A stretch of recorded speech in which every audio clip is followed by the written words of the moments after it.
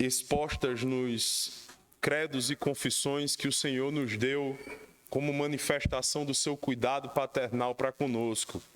O Senhor nos deu a sua palavra por meio dos profetas e dos apóstolos e perseverou a sua igreja em cada doutrina ali por meio dos pastores ordenados por sucessão apostólica ao longo dos séculos.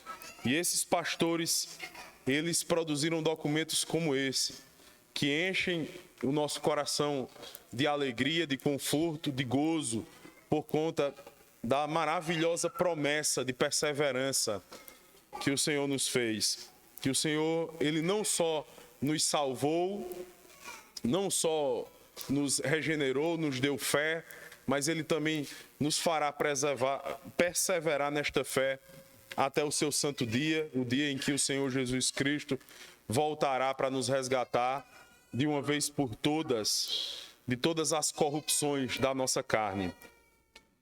Mas eu quero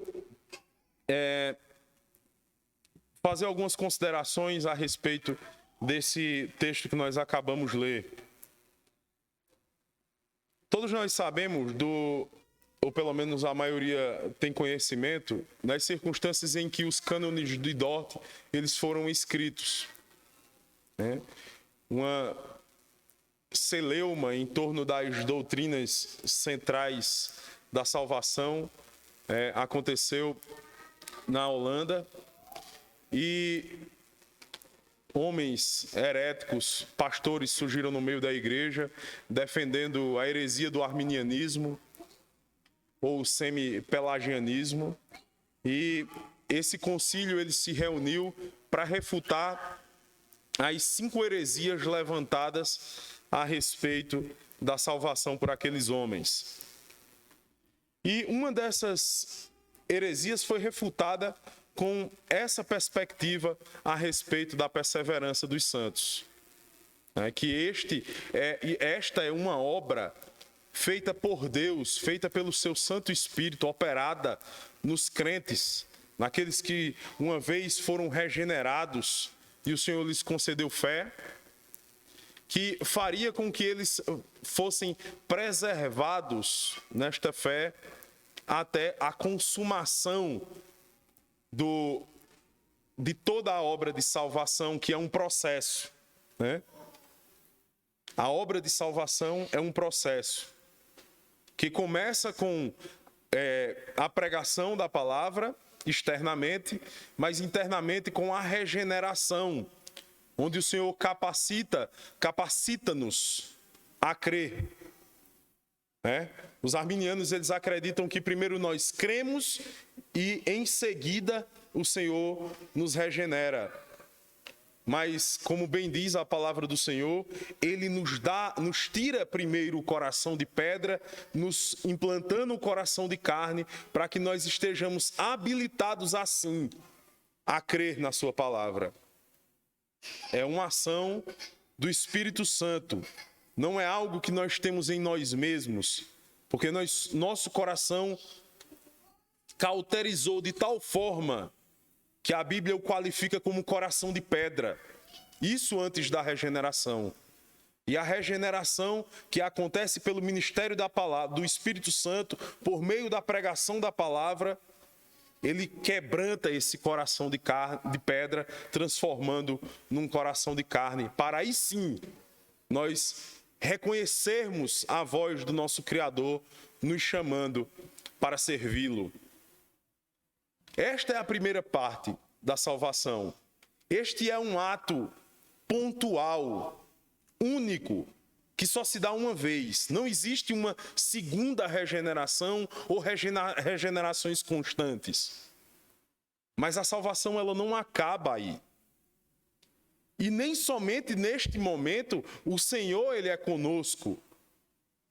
Mas durante toda a nossa vida, após Ele ter nos regenerado, nos implantado a fé e nos justificado, Ele nos acompanha.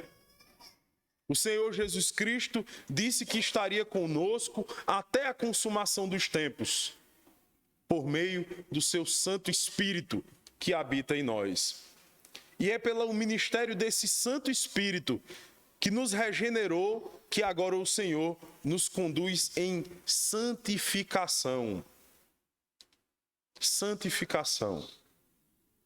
E na medida em que somos santificados, o Senhor nos preserva também a fé. Agora, diferente da perseverança, que é constante, contínua, não muda. Não muda, porque ela depende única e exclusivamente da obra do nosso Senhor Jesus Cristo. Não é baseada nos nossos méritos. A santificação, ela não é constante em todas as medidas. A seção 9 do capítulo 5, ela diz que nós podemos estar certos ou não, e certos em graus diferentes, de acordo com a vida que nós levamos. Essa certeza é de acordo com a medida da sua fé. E a fé precisa ser exercitada. Isto é algo tão grave, isto é algo tão sério, que nós podemos muitas vezes perder a alegria da salvação. Ora, nós nunca perderemos a salvação se de fato fomos salvos. Mas a negligência com o exercício da fé pode nos colocar em situações tão graves que nós podemos passar até mesmo a duvidar da nossa salvação, perder a alegria da salvação. Por isso nós precisamos ter muito cuidado com o exercício da nossa fé, com os exercícios espirituais. Temos que ter muito cuidado para não negligenciarmos tudo aquilo que o Senhor requer de nós, porque nós podemos sim cair em terríveis pecados, mesmo tendo sido... Aí eu volto para aquele ponto do momento de contrição. Não, os irmãozinhos ali vivem de qualquer jeito, mas tudo bem, eles não são crentes. É tolo aquele que vive uma vida pelo menos negligente com as coisas de Deus e acha e abre a boca para dizer que tem certeza da sua salvação. A nossa confissão de fé, ela diz que a certeza da salvação, ela não faz parte da essência, da substância da salvação. Ou seja, não é necessariamente todos os crentes que têm a certeza da salvação. O puritano Thomas Brooks, ele diz que o falso engano muitas vezes é confundido pela certeza da salvação. Porque é impossível alcançar esse nível de certeza, essa convicção tão firme, essa alegria tão perene de salvação, sem primeiro não se exercitar muito por meio pelos meios de graça que o Senhor nos deu. É somente pela diligente busca pela certeza que nós podemos alcançá-la. Não se enganem, meus irmãos, não se enganem com o evangelismo barato que nós ouvimos por parte do evangelicalismo moderno da nossa nação. Brasileiro, tupiniquim, puramente tupiniquim. Aquele evangelismo que diz assim: você tem certeza que Cristo te salvou, então você está salvo. Não é assim que funciona. Cristo te salva, tu crê e depois tu busca essa convicção como um jovem deve buscar a maturidade. A certeza da salvação é um sinal de maturidade na fé, de profunda experiência na fé, que não é simplesmente alcançada por qualquer um de qualquer forma. É por isso que o Senhor, Ele nos chama toda vez que nós nos achegamos na presença dEle, a nos santificarmos. Ele mostra a nossa pecaminosidade e diz: se prostre ainda mais, se prostre ainda mais, se dedique ainda mais. Porque Ele quer que todos nós experimentemos disso. Quem no nosso meio tem coragem de dizer: ainda que venha uma perseguição, eu não abandonarei a minha fé, eu não deixarei o Senhor. É por isso que nós negociamos com os nossos filhos, é por isso que nós negociamos com o nosso trabalho, é por isso que nós negociamos com o culto.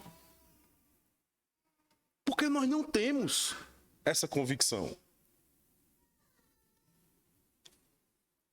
Houve briga, houve guerra, houve divisão na igreja para que este texto fosse produzido. E não só isso, para que ele chegasse às nossas mãos hoje. Para que todos nós fôssemos confortados, consolados.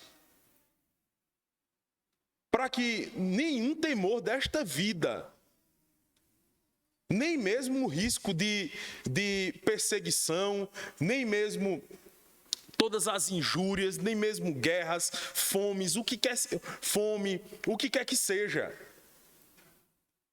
Para que a gente tenha certeza, convicção de que essas coisas não nos separarão de Deus.